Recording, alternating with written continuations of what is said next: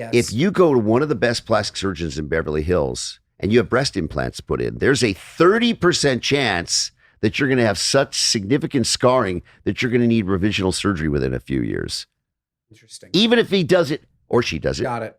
Perfectly. This is like surgery. This is not, ordering Thai food down the, on Bedford or something. Yeah, This is yeah. like, so you've got to be really, that's the problem with, one of the problems is, I'm having a little work done. Oh, that's so cute. I'm having a little work done. I'm having my nails done, a massage, and I'm going to do my facelift. Well, you're going to be put into a chemical coma Right. to do your facelift. Your face is going to be sliced open, and we're going to be just at the layer above the nerves, particularly with this new kind of deep plane facelift we do. This is some serious stuff with a lot of serious. Unfortunately, one of the best dermatologists, this is a right now kind of thing that just came out in the media yesterday. But arguably the most famous dermatologist, who you may or may not have heard of, you probably haven't, in Beverly Hills in Los Angeles, within the dermatology world is a true legend, passed away in the last 2 weeks, having neck surgery done. No way. Yeah. It's wild. Yeah. Well- So this is like, be careful. And is it, no negligence has been revealed? It's just sadly one of those rare cases where someone, I don't know. some more will be revealed? More will. I have no idea. I mean, I sort of do, but sort of don't. I Fair enough. I don't enough to actually definitively tell you, but I mean, if you have someone who's board certified in plastic surgery do your face and neck lift, the chances that, for example, we'll lose the airway and you'll die, I mean, it should be pretty close to zero, because at the end of the day, even if everything goes bad, I can still cut open your neck and gain access to your airway. Right. And Tracheotomy. And you're Old not going to school. die. But if you're having, and I don't know about him in particular, although I sort of, but I don't know. But if you're having it done by a person who doesn't know how to do that because they're not a real plastic surgeon, and that happens.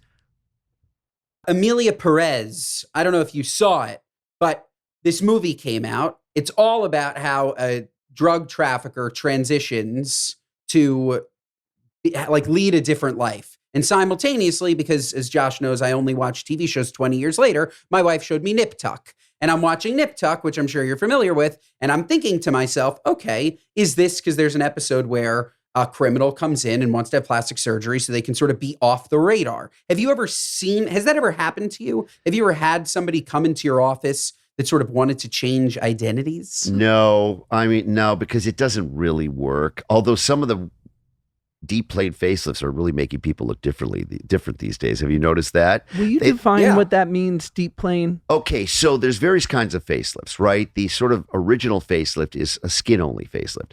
You make incisions in front and behind the ear, and you simply lift up the skin and just pull it back, cut it off, and do it tight. Those don't last very long, and they can look a little waxy and weird.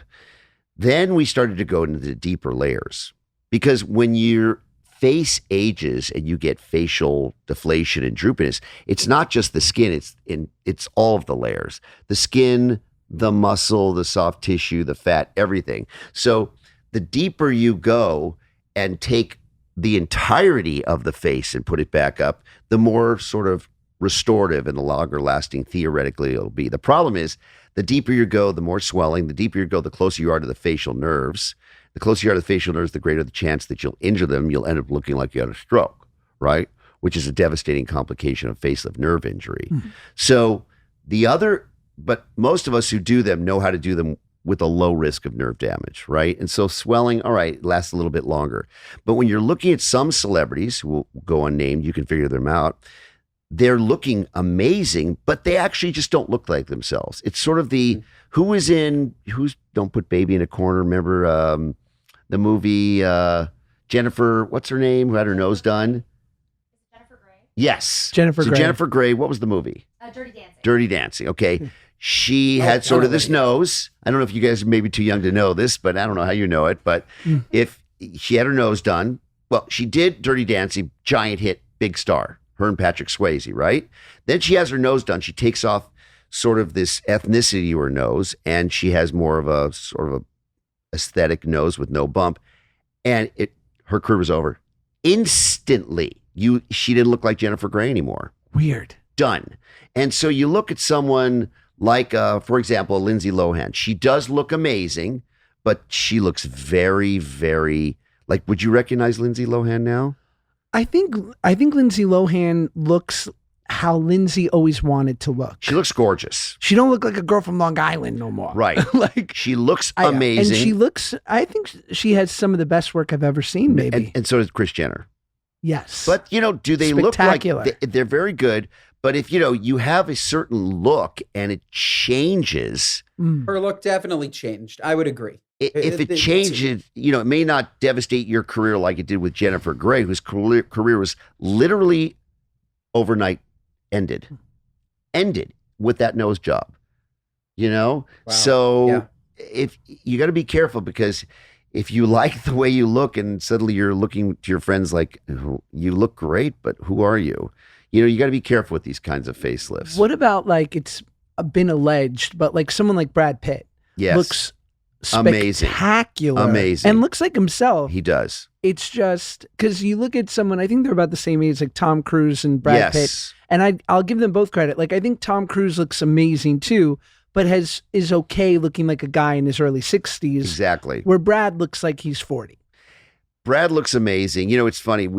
I once did this very famous person, and I did her facelift, and she looked amazing. Everybody said, "Oh, you did such a good job." I go, "Yeah, but she's like a 10. If you operate on a 10 and you take off 10 years, what do you get? You get Brad Pitt." Right. Yeah. It's like cheating. You don't have to make Brad Pitt look different. You better not make Brad Pitt look different. Could you imagine? Take away Brad Pitt's Brad Pittness. I mean, you're done. You'll never work in this town again. It'll be a Jennifer Grey thing. So what is Brad Pitt doing? Like, what is Brad Pitt doing to look like that? Well, I don't talk about celebrities. I don't know exactly what Brad Pitt did, but to me, if I had to guess, I say he just had a really well done sort of natural facelift. He looks amazing. Wow. I'm in. I'm going to be 40 next year. You look great. Terry, I know you lost a lot of weight, right? That was your thing. A ton of weight. I did. It doesn't. God bless you. It doesn't show in your face. Well, you lost it young. I did. So it didn't affect your face. I was very lucky. As you know, I had a little blepharoplasty 2 years ago. Which looks great. Shout out Dr. Groff. Love him. Oh, he's great. Yeah. I brought him on season something of Botched. He's a genius. Brilliant surgeon. Yes. And it's funny that you're giving me the perfect transition. I do have one little insecurity, and we're going to have honest little corner it's probably right your stomach, now, guys. Right? Stomach's gorge. Oh, really? Okay. Well, because I had a little. You had a little thing done. Tuck, Okay. Is that I have a little skin around my chest. Yes. And I've watched you do one, and I've done the gamut. Sadly, you're afraid of the scar. It's not afraid of the scar. It seems to me, whether you're one of the greatest surgeons there are or any other surgeon, you are limited by just the realities of where it is on the body anatomically. Right. And I've never seen it look amazing. Yeah. I've seen it look better. What do you think? And should I take my shirt off? Yeah, go ahead. If you want to, if you're comfortable. We're cutting this out. Yeah, you can cut it out. Hold on. Let me move her. Can I do some push-ups? If you just give me a quick. I don't know why I'm squatting. But what did the squat do? I don't know. I also have a birthmark that looks like South America. Do you judge, Dr. Dubrow? Me judge? You kidding? Okay, ready? Here we go.